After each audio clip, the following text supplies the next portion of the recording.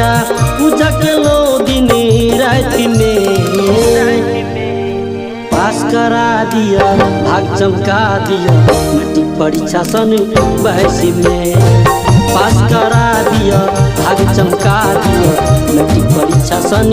82 में एलो हम मैया अही दुअरिया एलो हम मैया अही दुअरिया पूजा के लो दिन रात में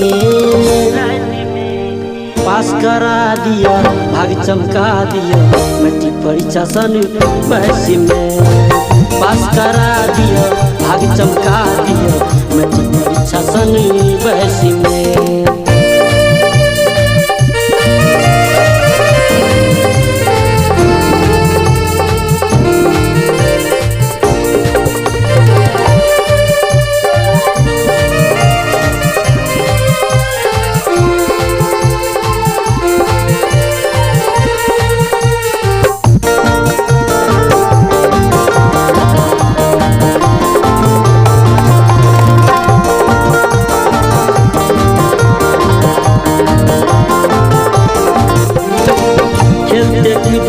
टाइम पास के लिए पढ़ाई लिखाई पर ध्यान न दिए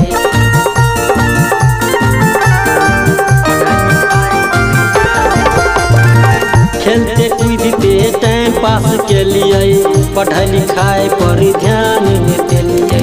संग साथी के लगल फेरी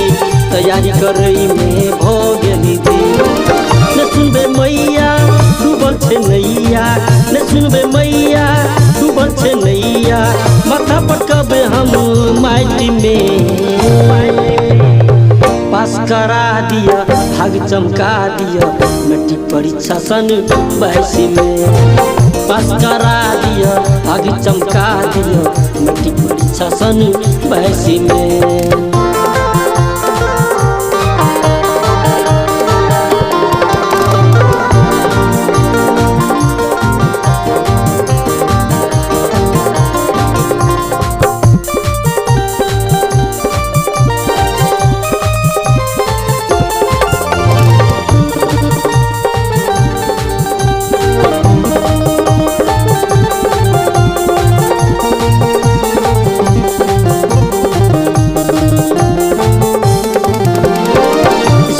मास्टर जी से हो पीटे छे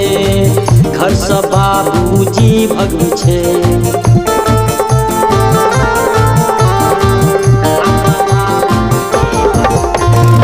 स्कूल में मास्टर जी से हो पीटे छे घर से बाबूजी भगवी छे धनी रामचंद्र बेरी करे छे पुकार सोर्स पर भी के कोनो ने जोगार ने पास हे बई जर हम खेबई ने पास हे बई जर हम खेबई सेठ कमर में हम लाइटी में पास करा दिया भाग चमका दिया पास करा दिया भाग चमका दिया मैट्रिक परीक्षा सन 82 में पास करा दिया भाग चमका दिया मैट्रिक परीक्षा सन 82 में एलो हम मैया अही दुअरिया एलो हम मैया अही दुअरिया पूजा के लो दिन रात में